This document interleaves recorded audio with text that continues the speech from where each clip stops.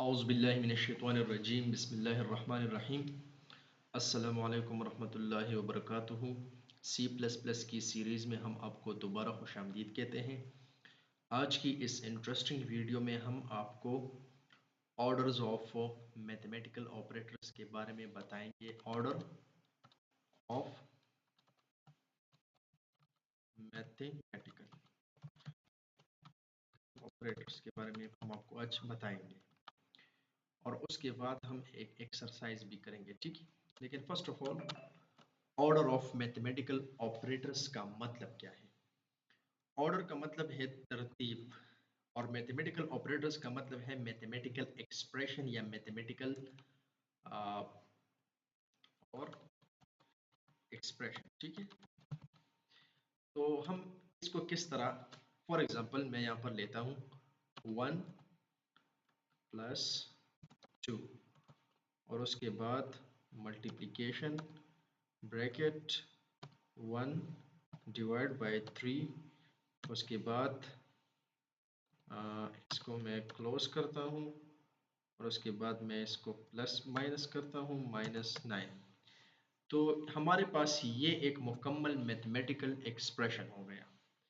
अभी इस mathematical expression को हम जब भी कैलकुलेट करना चाहते हैं तो मैथमेटिकल एक्सप्रेशन को कैलकुलेट करने के लिए एक ऑर्डर होता है, एक रूल होता है। आपने मैथ्स में पढ़ा होगा बी डी मास, ओके। बी डी मास या हम इसको बोर्ड मास भी कह देते हैं। इसमें बी का मतलब है B is equal to bracket, ठीक है। और इसमें डी का मतलब होता है डिवीजन, ठीक है। इसके बाद अगर हम देखें तो इसमें एम का मतलब होता है मल्टीप्लिकेशन, मल्टीप्लाई, सिंपली लिखता हूँ, ठीक है। और इसके बाद एडिशन, ठीक है, एडिशन। और इसके बाद हमारे पास आता है सब्ट्रैक्शन। अभी ये सब्ट्रैक्शन, एडिशन, डिवीजन, ये क्या भला है? इसका मतलब ये है कि जब भी हमारे पास एक मैथमेटिकल एक्सप्रेशन होगा तो उस मैथमेटिकल एक्सप्रेशन को हम बोर्ड मास के ज़रिए, बोर्ड मास रूल के ज़रिए से हम हल करेंगे। फॉर एग्जांपल यहाँ पर हमने सबसे पहले ब्रैकेट्स को सॉल्व करना है। तो ब्रैकेट्स में हमारे पास क्या आते हैं? 1 / 30। 1 / 30 से जो आएगा वो हम सॉल्व करेंगे। उसके बाद डिवीजन आता है। डिवीजन, इसके अलावा डिवीजन तो ब्रैकेट के अंदर है, चाहे ब्रैकेट के अंदर एडिशन हो, सब्ट्रैक्शन हो, डिवीजन हो, जो कोई भी हो, लेकिन ब्रैकेट के अंदर हमने जो भी ऑपरेशंस होंगे हमने उनको हल करना है। फॉर एग्जांपल ब्रैकेट के अंदर मैंने यहाँ पर 2-3 ऑपरेशंस डाले हैं, 8 और फिर डाला है -9। तो अब ब्रैकेट्स के अंदर भी हम जो है ना बोर्ड मास, ब्रैकेट और फिर ब्रैकेट के अंदर सबसे पहले हम डिवीजन, उसके बाद एडिशन और उसके बाद सब्ट्रैक्शन को हम सॉल्व करेंगे। और ब्रैकेट से बाहर आकर फिर हम डिवीजन तो यहाँ पर नहीं है, फिर मल्टीप्लिकेशन, यानी इनको इस ब्रैकेट से जो आंसर आएगा वो हम 2 से मल्टीप्लाई करेंगे। फिर उसके बाद एडिशन आता है, यानी उससे प्लस करेंगे और लास्ट में सब्ट्रैक्शन। तो फिर ये हमारे पास इससे जो आंसर आएगा वो हम लिखेंगे। तो ये सब क्या है? ये ऑर्डर है मैथमेटिकल ऑपरेटर्स को, यानी मैथमेटिकल एक्सप्रेशन को सॉल्व करने के लिए। अब हम एक कोड यहाँ पर लिखते हैं। मैं इसको रिमूव करता हूँ, ठीक है। सिंपली लिखता हूँ इंक्लूड iOS स्ट्रीम, ठीक है। और यहाँ पर लिखता हूँ यूजिंग नेम स्पेस std, ठीक है। और उसके बाद लिखता हूँ initialization of main code, okay. हाँ, फॉर एग्जांपल मैंने यहाँ पर लिया डबल यहाँ पर इंटीजर नहीं लूँगा, डबल लूँगा। डबल इसलिए लेता हूँ अगर फॉर एग्जांपल उसमें और कोई डेसिमल पॉइंट आए तो उस डेसिमल पॉइंट को ये स्किप ना करे, ठीक है। डबल x = 10, ठीक है। फिर उसके बाद लिखता हूँ डबल y = 50, ठीक है। अभी मैं इसको यहाँ पर एक और डबल लेता हूँ, ठीक है। Double z = x plus y, उसके बाद माइनस एक्स। ठीक है, तो अभी इसको हम सी आउट करते हैं। ठीक है, सी आउट करते हैं, सिंपली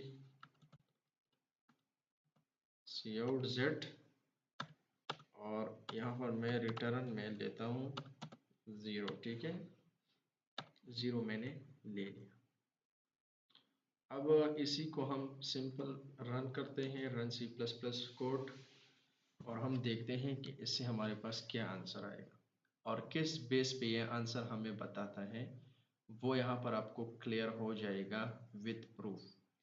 यहाँ पर हमने लिखा है x plus y minus x, यानी x की वैल्यू क्या है आप देख सकते हैं। हम यहाँ पर लिखते हैं x की वैल्यू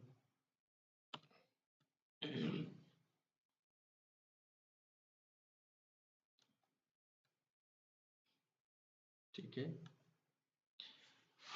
x की वैल्यू हमारे पास है 10। क्या है? 10 है, यानी कमेंट में लिखता हूँ 10। ठीक है, प्लस y की वैल्यू हमारे पास 50 है, और फिर x की वैल्यू हमारे पास है 10। तो अब मुझे बताएं कि इसमें एडिशन पहले होगा या सब्ट्रैक्शन पहले होगा। तो लाजिमी बात है सबसे पहले एडिशन होगा। एडिशन का मतलब है कि 10 को 50 के साथ प्लस किया जाए तो उससे हमारे पास आता है 60। ठीक है, 60 आता है। अब 60 को 10 से माइनस करें तो हमारे पास लाजमी बात है 50 आया है, तो 50 हमारे पास आंसर आ गया। तो ये किस बेस पे हुआ? ये बोडमास यानी बीडी मास रूल के मुताबिक ये एक्सप्रेशन हल हुआ है। ठीक है, अब एग्जांपल के तौर पर इसमें हम एक छोटा सा एक्सरसाइज करते हैं। ठीक है, एक्सरसाइज 2.cpp। ओके, हम सिंपली एक एग्जांपल के तौर पर, फॉर एग्जांपल सबसे पहले तो हम इंक्लूड iOS स्ट्रीम। ठीक है, और यहाँ पर लिखते हैं इनिशियलाइजेशन ऑफ मेन कोड। उसके बाद हम लिखते हैं इंटीजर, सॉरी डबल मैंने ले लिया, ये क्या लिखा, double x is equal to 7। Okay, double y is equal to 10। Okay, double z is equal to 9। Okay, अभी मैं यहाँ पर एक दूसरा सा double a is equal to x divide by y, फिर उसके बाद हम मल्टीप्लाई ब्रैकेट के अंदर x plus y minus z, फिर मल्टीप्लिकेशन, फिर y।